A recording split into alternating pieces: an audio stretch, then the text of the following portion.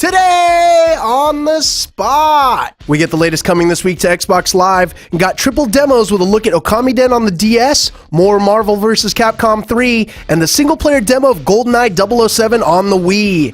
Ricardo Torres goes to Dallas, Texas for an update on Smackdown vs. Raw 2011. Today on the spot. Booyah! All right, Sean. That's gonna go in the intro, isn't it?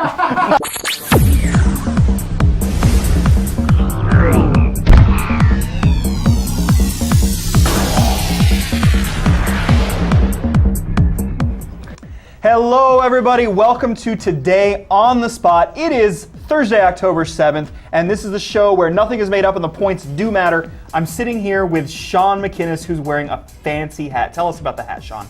I'm wearing a fancy hat right now? Yes, you are. Kevin, I've got bad news for you. This isn't a hat. This is a new condition I've developed called, it's just called wolf head disease, and it's when you suddenly, out of nowhere, sprout a wolf head out of your normal head. I was in the jungle recently and I got bit and it didn't turn out well. Sean, I just told our audience that nothing is made up on this show.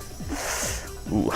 So on that note, speaking of your hat, that is Teeny Okami. Okay. Well, we're celebrating the upcoming release of Okamiden. So we've got, isn't this adorable? This is the most adorable thing you've ever seen. This is little Okami, little Amaterasu. Yeah, it's a we've cutie. got 5 of these to give away. It's a keychain. Can you tell? Yeah, I can tell. That would go well on a set of keys. And what about this book over here? Well, we all know that Gears of War is a spiritual successor to Okami. Can't have one without the other. Absolutely. So we're giving away this Gears of War book, Gears of War Anvil Gate, by esteemed author Karen Travis. So you have to make sure to stay tuned to the show the whole way through so you can win any of these fabulous prizes. But you're not here just for prizes, you're also here for news. On that note, let's take a look and see what the news desk has to give us this week. Hey everybody, it's your GameSpot news update for Thursday, October 7th. I'm Tor Thorson. This month began with news that Gears of War 3 would be missing its April 5th release date by a sizable margin. The game is now due out in fall 2011 and will be Microsoft's tentpole first-party title for the season. However, the game will also be better tested than its predecessor, which suffered from numerous multiplayer bugs until a patch was released 2 months after release. This time around, the game will have an extended multiplayer beta prior to release to iron out its kinks. Epic Games also told GameSpot the game would have dedicated servers, although how that would work on Xbox Live was not explained. In other news, World of Warcraft has passed the 12 million player mark. The milestone was passed following the release of the expansion pack Wrath of the Lich King in China on August 31st. The release came following an extended regulatory fight which nearly saw WoW operations suspended in China. However, with the road now clear, look for that 12 million figure to increase drastically come December, when Blizzard will release the third WoW expansion, Cataclysm. And in terms of man-hours wasted, there has never been a truer title. Well, that's it, your GameSpot news update for Thursday, October 7th. For more headlines, head on over to news.gamespot.com. All right, guys, now that you're caught up on the latest headlines, it's time to see what's going on this week on Xbox Live Arcade. Hint, a big game is coming out this week in Comic Jumper. Let's see what else is in store. This week on Xbox Live. In Arcade, ever wanted to see a screen clear involving a developer's head? Now you can with Comic Jumper. From the minds of Twisted Pixel Games, the creators of Splosion Man and the Maw, comes a hero's quest across many pages of comic lore. Jumper comes with a free premium dashboard theme, free gamer picks, free avatar accessories, and tons of unlockables including new Splosion Man levels. In Games on Demand, try Battle Fantasia. Enter a world of swords and sorcery. 24 storylines are brought to life with incredible graphics and 12 fully voiced characters. After that, take to the ice with NHL 2K9. Developed by award-winning Visual Concept Studios, NHL 2K9 brings a rebuilt from the ground up NHL experience to life with a focus on fun. Enjoy an all-new Zamboni minigame, playoff beards, a new fighting engine, new commentary, a user-friendly franchise mode, and upgraded online features. After that, fill your daily air combat craving with Blazing Angels 2. Lead an elite squad of pilots on secret missions to sabotage the Third Reich's evil plans for weapons of mass destruction. Fly spy missions in some of the world's most exotic locations using experimental weapons and prototype aircraft. CSI Hard Evidence brings up the tail end of Games on Demand. Join forces with the CSI team and tackle Las Vegas' most disturbing murders, from a gruesome arson attack to a frenzied shootout. Break down crime scenes and bring subjects to justice in 5 all-new bizarre cases. Master new forensics tools and use the new garage lab to examine large pieces of evidence like cars and trucks. In game demos, fight the undead with Castlevania Lords of Shadow. Castlevania Lords of Shadow is a dark and vivid new reimagination of Castlevania mythology. It is the end of days and ungodly powers isolate the earth. You are Gabriel Belmont, member of the Brotherhood of Light, armed with the combat cross to defend the living and destroy the dead. In downloadable content, Left 4 Dead and Left 4 Dead 2 get the sacrifice. Clash of the Titans gets Athena's Request quest pack. Rock Band adds the T-Rex Pack 1 and REM Pack 1, while Def Jam Rapstar drops an eclectic mix of tracks, including Passing Me By, You're a Jerk, Bad Boy for Life, Ridin', I Got 5 on It, Paid in Full, Low, This Is Why I'm Hot, and I'm So Hood in Video Marketplace. Don't forget to check out the Bloody Good Time Vegas trailer, Call of Duty Black Ops customization trailer, Red Dead's Undead Nightmare debut trailer, and Serious Sam HD The Second Encounter trailer. That's all the time we have, folks. Join us next week for more This Week on Xbox Live. So there you have it, folks. That's what's going on with Xbox Live Arcade this week. Kevin, we talked about a big Xbox Live exclusive earlier when we mentioned the Gears of War novel. Why are we giving away a Gears of War novel on the show? Well, as it happens, people can read. That's true. Yes, Most people can read. Well, that's true, but our audience is incredibly literate, and I know they're very interesting to see what's happening at Anvil Gate. After the experience in the book previous to this, they've been on pins and needles. They want to read it. I know you're a huge Gears fan. Is that correct? Well, I just like shooting things in the face. It doesn't matter what game it is, as long as I've got a gun and a face and maybe even some bullets. I'm just a happy camper. You know who else likes bloody murder? Who? Sophia Tong. True, that's a fact. That is a fact. That is science fact. I think what we need to do is catch up with Sophia, who is out there with an interview for Gears of War 3. Sophia, tell us what's going on.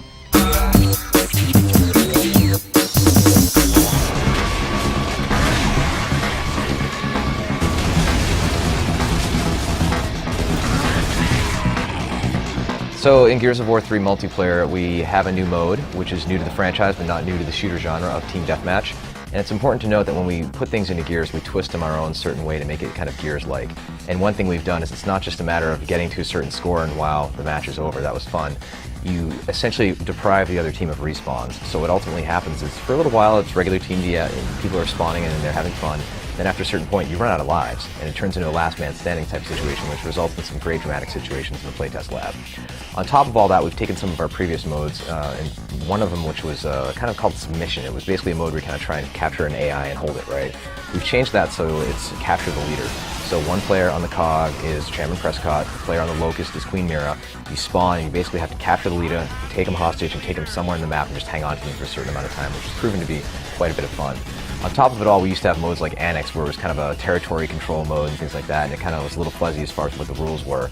We've consolidated and changed that and modified it and streamlined it into a mode that's essentially a territory-based mode where it's king of the hill.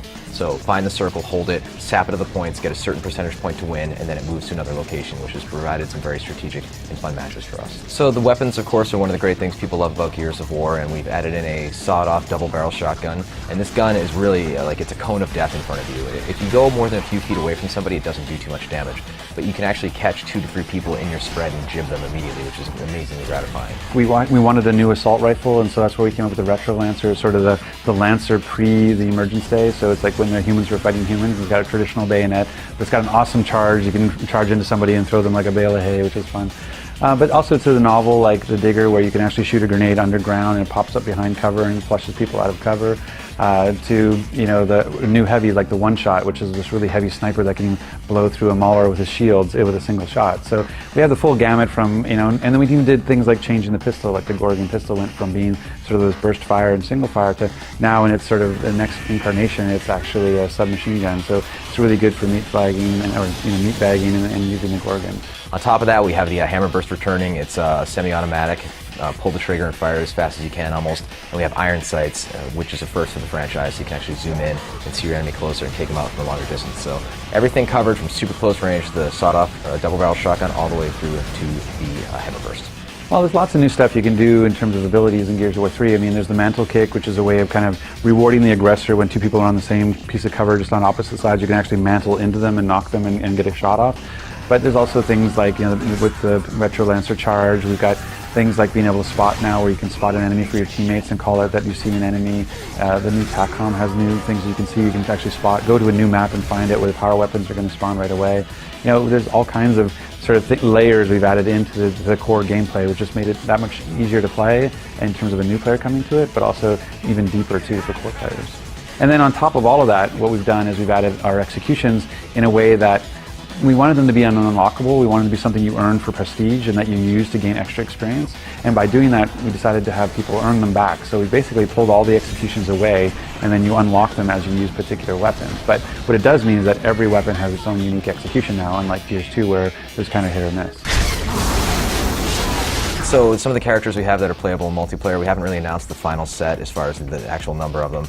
You can play as the Locust Queen in multiplayer now. She's gone from kind of her regal type of dress to like battle armor now, and she's in there with everybody else kicking butt. Females are very well represented in this game now. You have Anya, who of course was the dispatcher previously in the game, and now she's a tough soldier, seeing as it's been 18 months since the last game. You also have Sam Byrne, who's another really, really tough female, kind of has a slightly darker complexion, has a little bit of an attitude, voiced by Claudia Black, of course, who's just a wonderful voice actress. As well as unlockable characters, right? We have, you can play as, Augustus Cole, the Cole Train, right? But you can also unlock his thrashball outfit, being, of course, the sport that he used to play. So seeing this guy who essentially looks like a football player running around and beating the crap out of these locust creatures is immensely gratifying. We hope players want to continue to grind and unlock these things. So we have lots of new maps. I mean, I think so far we've revealed 5 of the new maps that we have, and we have everything from, Trenches, which is sort of a locust-themed map, which has a sandstorm that blows in when you hear the horn roar, to Thrashball Stadium, where Cole used to play, to Overpass, which is a sinking map that over time will actually go into the underground as you're playing. And so it doesn't change the battlefield, but it does give a sort of cosmetic change to the world and makes the maps feel a lot more interactive and dynamic. One of the mantras we have for Gears of War 3 is if you've never played a Gears game before, just give this one a go, right? Because we're going to recap the story very well at the beginning. You're going to know exactly what's going on. When you get into the online space, we wanted to make sure that it wasn't just welcome to Gears, here's a shotgun to the face, now wait 3 minutes to play again for that same experience. The hardcore love it, the casual gamers might not so much. By adding Team Deathmatch, that's going to help, so players can maybe only wait 10 seconds in a spawn queue and then they get back in and they get to get some kills and start in the experience grind, right? On top of all that, we were putting in a feature that I think might be slightly controversial, but I think is going to help the game in the long run. It's kind of a newbie assistance to the game, whereas we detect if you've never played Gears 1 or Gears 2, have no achievements, you get a little bit of help for your first 10 kills, get a little bit of extra health, get a little bit of a damage boost. So you can give them a little bit of the taste of how good it feels to take somebody down in the Gears world. So hopefully, by the time this thing eventually wears off, the training wheels are off and they can kill everybody else with equal skill. So originally Gears 2 was slated to ship in April 2011. We have since made the strategic decision to ship it in holiday window for 2011. We're really excited about the delay, actually. I mean, I understand why it's frustrating for some of the customers. And from our side, the fact that we were completely on track for an April release, it is a little disheartening from that perspective. We were getting set up and we were starting to really close down the project and getting ready to ship it for April. But at the same time, there's a huge opportunity here, which is, betas are not trivial. There's a lot of work to getting, to go through cert and has to be polished enough to be able to get there, because everybody sort of treats it as a demo nowadays. It's not just a beta. And so to have a highly polished beta and have enough time to get fan reactions so that you can incorporate that reaction into it, it takes a lot of work and it takes time. And so that extra 5 months, in that time period, we're going to be able to do that, and not only do it, but I'll do it on top of dedicated servers so that we can actually really test the scalability and are the data centers in the right place, are we in the right place globally, all that kind of stuff. So we're really looking forward to having this really polished multiplayer experience when Gears 3 ships. Game is coming out holiday 2011. Haven't locked down a specific date, but it's of course exclusively on Xbox 360.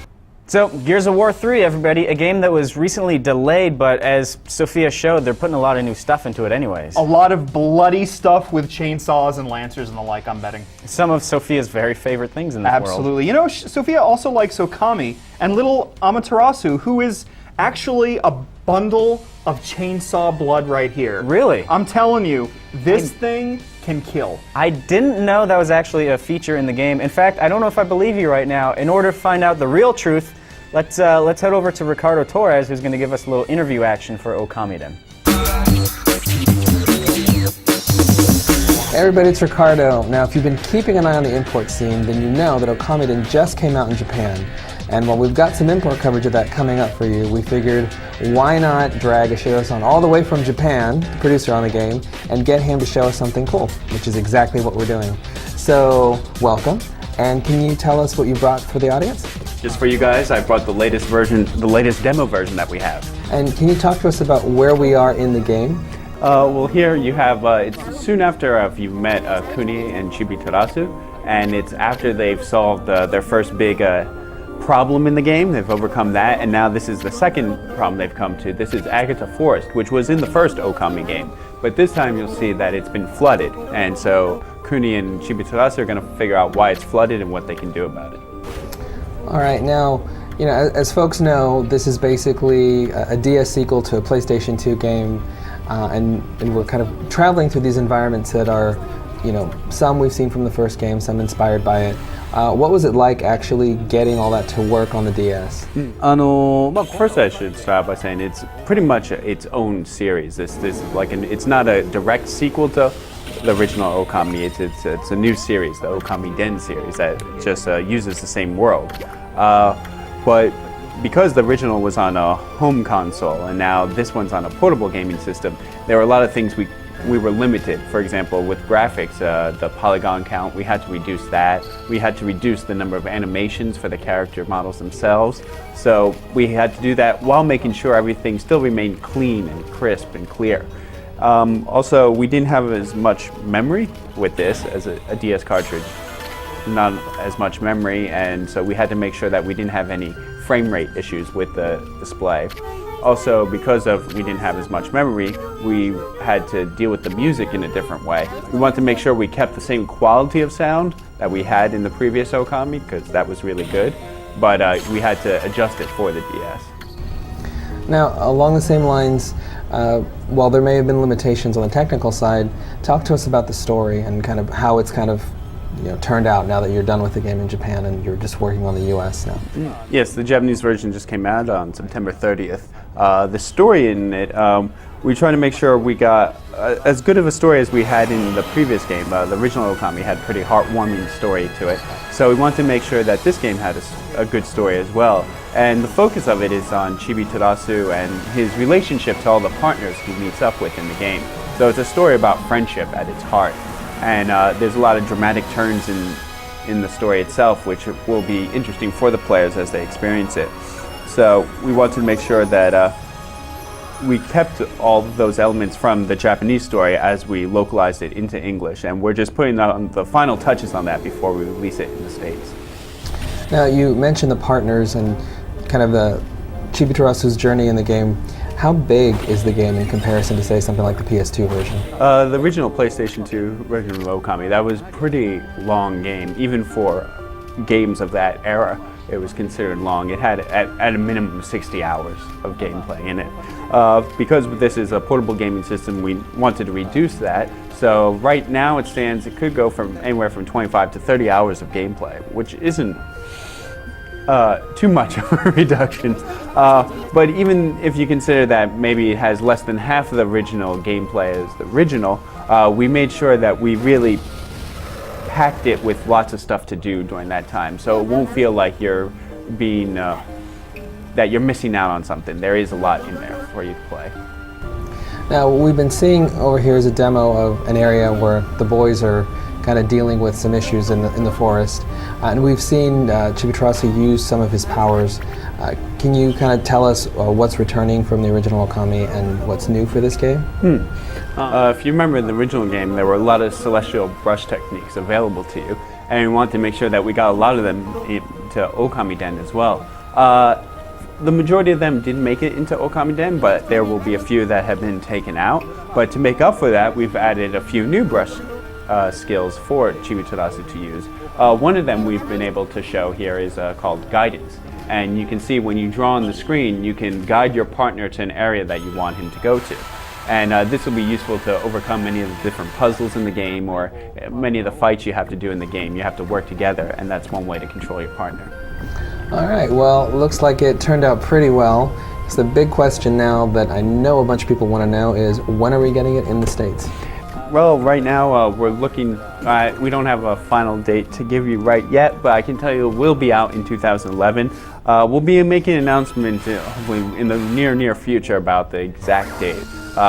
So just stay tuned for that. But you can rest assured that everything is going well with development, everything's going smoothly, and we hope to get it out in a timely manner.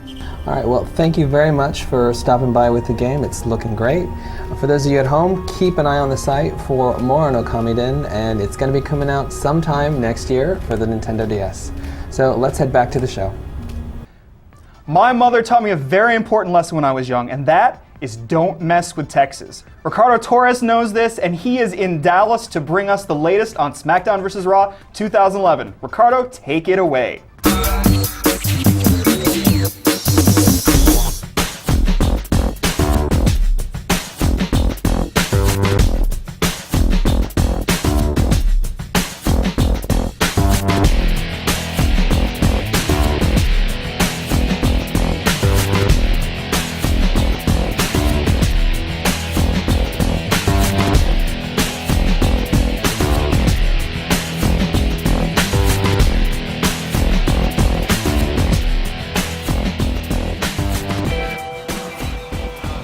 Hey everybody, it's Ricardo, and I am here in Texas, of all places, with Corey Ledesma, creative director from THQ, and you are about to talk to us all about SmackDown vs. Raw 2011, because just when we thought we had seen everything, you guys showed more. So what's up? That's right. Today's the day we reveal it all. It's something we've been waiting for, 18 months of development. The time has come. At SummerSlam, we announced a lot of big features that we had, the universe, the road to WrestleMania, some of the physics we have in gameplay. Today we have online Royal Rumble. For the first time in a wrestling game, you can play the online Royal Rumble, which is really cool. It's up to 30 superstars in the match.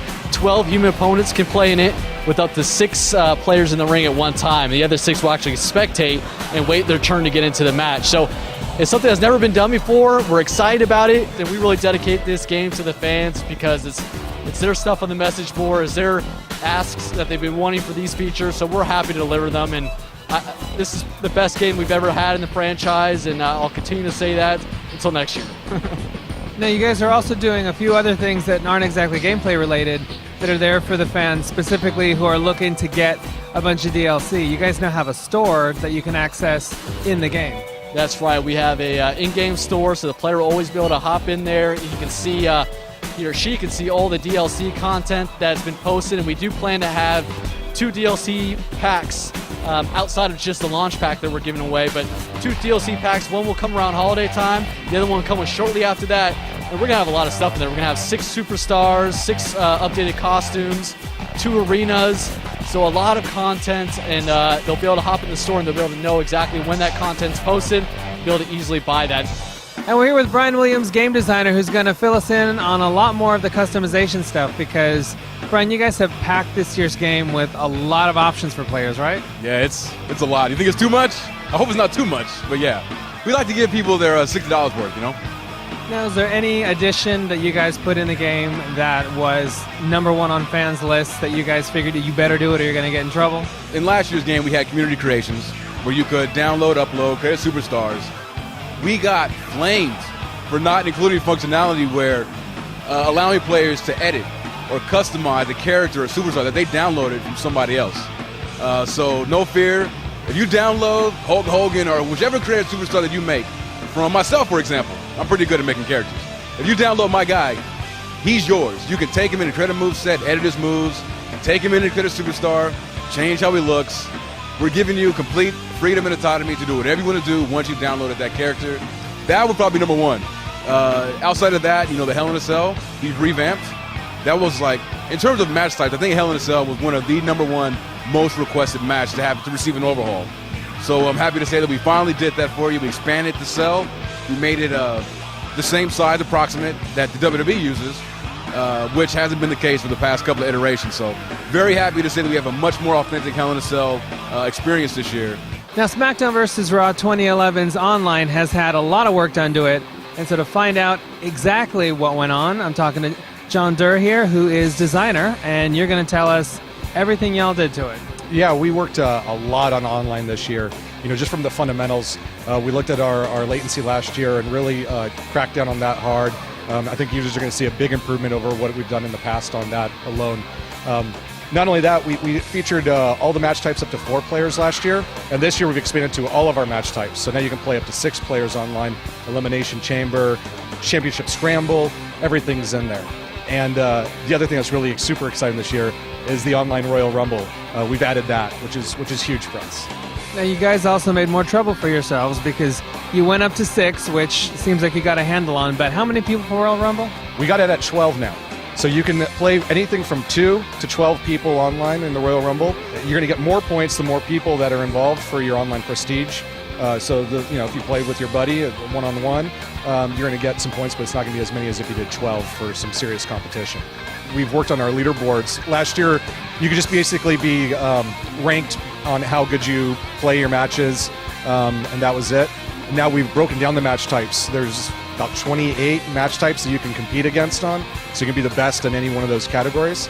And you can also be on the leaderboard for your community creations. So now we've got a whole community competing just off of that alone.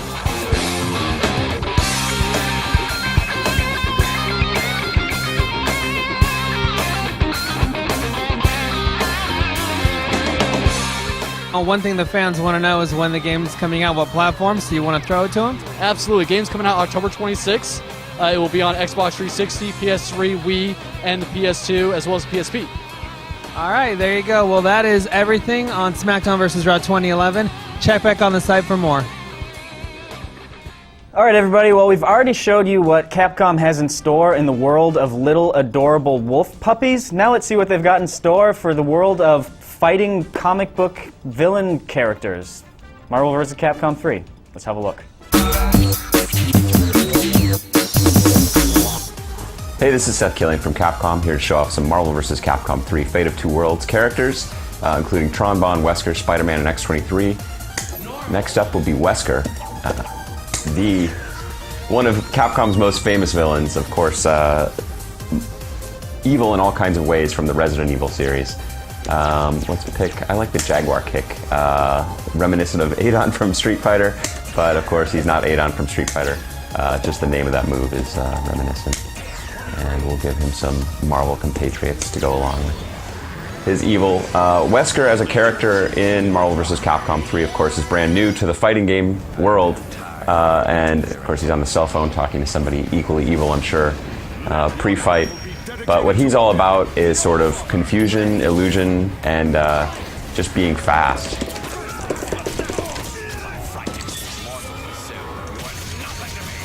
See, one of his very fast supers, just get that right out of the gates. That can be done in the air or on the ground. So you see he's got really fast dash and some good range normals. There's a nice, but the gun is really what it's all about. And with his illusions, this is, he can teleport one of 3 ways. So he can be basically, well, that's the off the wall. He can be above you, he can be behind you, or sort of teleport himself out of trouble. So you can do those as a standalone command, but you can also just do it off of his gun. So the gun is just a command normal, so that's just towards and heart attack. And to cancel it,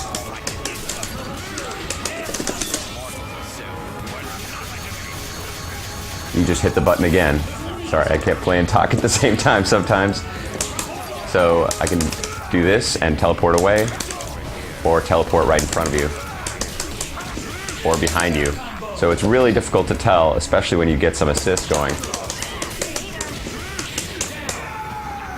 You see how quickly he can be right on top of you. He's also got sort of a palm strike kind of move, which can be done light, medium, or hard. Hard will, the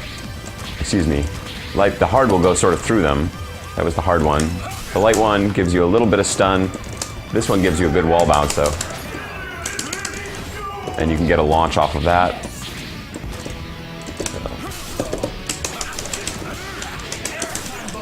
So you can see some of the possibilities there.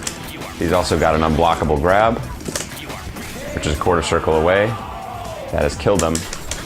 So I guess we'll need to continue this. But you can combo after that unblockable grab as well. So Wesker, in addition to being Master of Evil very fast and has these little stink lines of evil floating off him there, he's also one of the trickiest characters in the game. He's Master of Mind Games, so if you're able to predict your opponent's next move, he's got a cool counter super, so when I bust that out, he can punish them horribly for their insolence.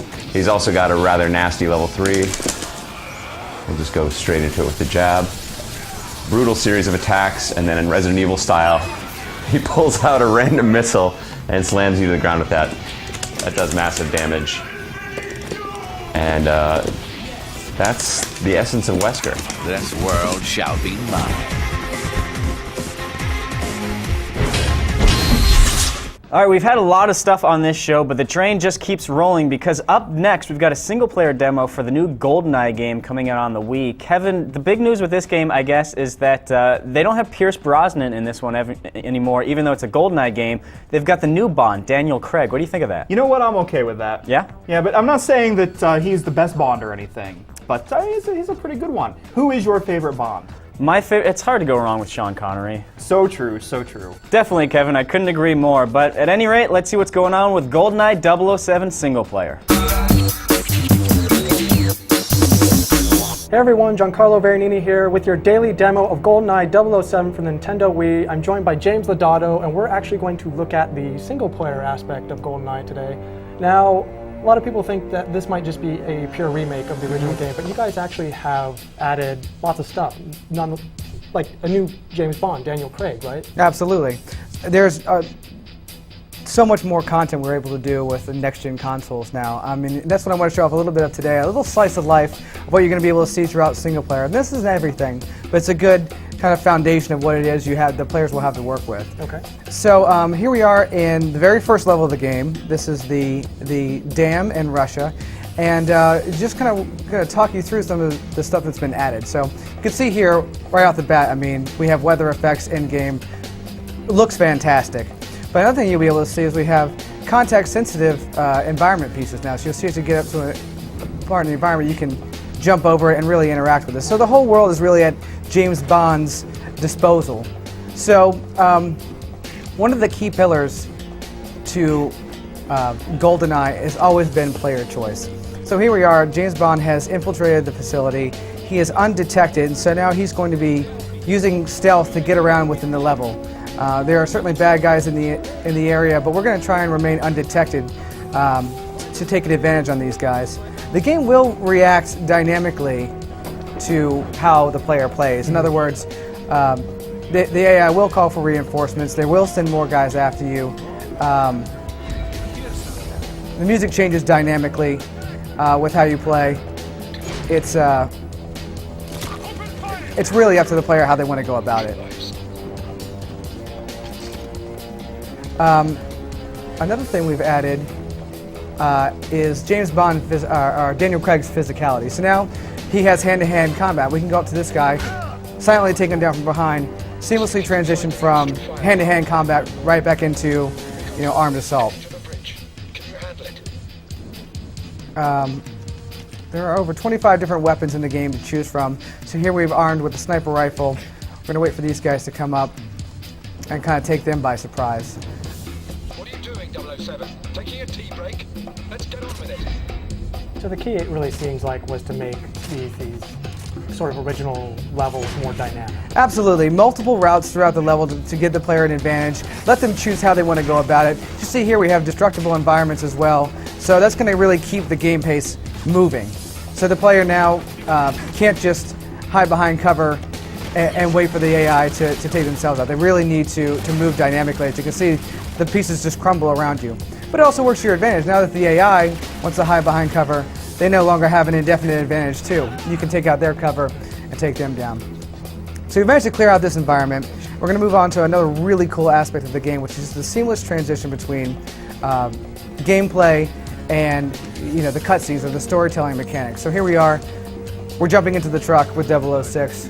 We're going to go on. There's a little bit of the story is going to be told, and we haven't seen a loading screen yet. We're just completely playing throughout the story. So all the dialogue was updated by Bruce Fierstein, who wrote the original screenplay, the movie GoldenEye. So he came back and worked very closely with Eurocom to make sure everything was very authentic when he, updated basically his own work. So it doesn't really get more authentic than that. And here we are, seamless transition right back into gunplay. Full control over the AK-47. So I'm using the Wii remote and nunchuck here today But the game, GoldenEye will support a number of different input devices. So we have the Wii Remote and Nunchuck. It will support the Classic Controller, the Classic Controller Pro, the Wii Zapper, and the GameCube controller. So basically, if you ever owned any Nintendo product, you'll be set to go with this one. You guys have all the bases covered there. Yeah, absolutely. And we spent a lot of time to make sure the controls felt spot on. Yeah. So, what are we looking at in terms of release date for GoldenEye on the Wii? GoldenEye is a Wii exclusive. Will be out November 2nd, 2010 in North America, and November 5th in Europe. And of course, as we've already seen, you guys have a robust multiplayer mode to go along. Absolutely. We have both 4 players, up to 4 players, split screen, offline multiplayer. But then we also have up to 8 players online multiplayer, each with 10 maps for online and 10 variations of those maps for offline. Over 50 characters to choose from and 25 different weapons. A lot of stuff, a lot of content there. Very cool, James. Thank you so much for joining us. Thanks for having me. That's it for your daily demo of the single-player portion of GoldenEye 007 for the Nintendo Wii. Now on with the rest of the show. Sean, it's that time. What time is it? It's trivia time, Kevin. It is trivia time. We got stuff. We have no shortage of stuff. Do you know that I've been reading this all day? No, you haven't. It is classic. This is F. Scott Fitzgerald right here. This is good stuff. It is. Karen He ghost Travis, wrote that. Genius. Under his pseudonym, Karen Travis. That's exactly right. That's exactly right. Back from the grave, that F. Scott Fitzgerald. And we've got these 5 adorable keychains related to Okamiden. Interesting looking DS game. It's a sequel to Okami, coming out soon. Some cool prizes. Absolutely. There are 5 of these. So if you want to win one, here's what you need to do. Answer this question. What is the name of both of Cooney's parents? If you think you know the answer, hit the green button to your right, or send an email to onthespot@gamespot.com. But the trivia is not over. We're going to go to Sean and have him give us the Gears of War related questions so that you can win this handy dandy book. That's right, Kevin. Now for the Gears of War trivia question, which, as we mentioned, was written by F. Scott Fitzgerald. He actually changed his name to escape his crazy wife, Zelda Fitzgerald. Anyways, the question I've got for you is this. Sophia Tong traveled out to Epic to go see Gears of War 3, and the question is, name the city that Epic is based in North Carolina. You submit your answer the same exact way, just as Kevin described earlier. So now we come to a close on today's episode of Today on the Spot. Sean, it has been great having you here. It's been a pleasure, Kevin. Thank you for having me on the show. Oh, my pleasure. We saw lots of great stuff today, but there's more stuff to look at on the site, such as the Marvel vs. Capcom demo that we showed a second ago. We've got more of those, so take a look at the game space for Marvel vs. Capcom 3 to see even more demos. Absolutely, but we're always overflowing with content. So on that note, on behalf of Sean McInnes, I am Kevin Van Ord, and until next time, we will see you soon. So long, everybody. I was this close to messing with Texas. I almost messed with Texas. Thanks, Mrs. Van Ord. My favorite. It's hard to go wrong with Sean Connery. So true, so true. Definitely. Yeah, we got nothing else. Yeah, we're done. Yeah. Well,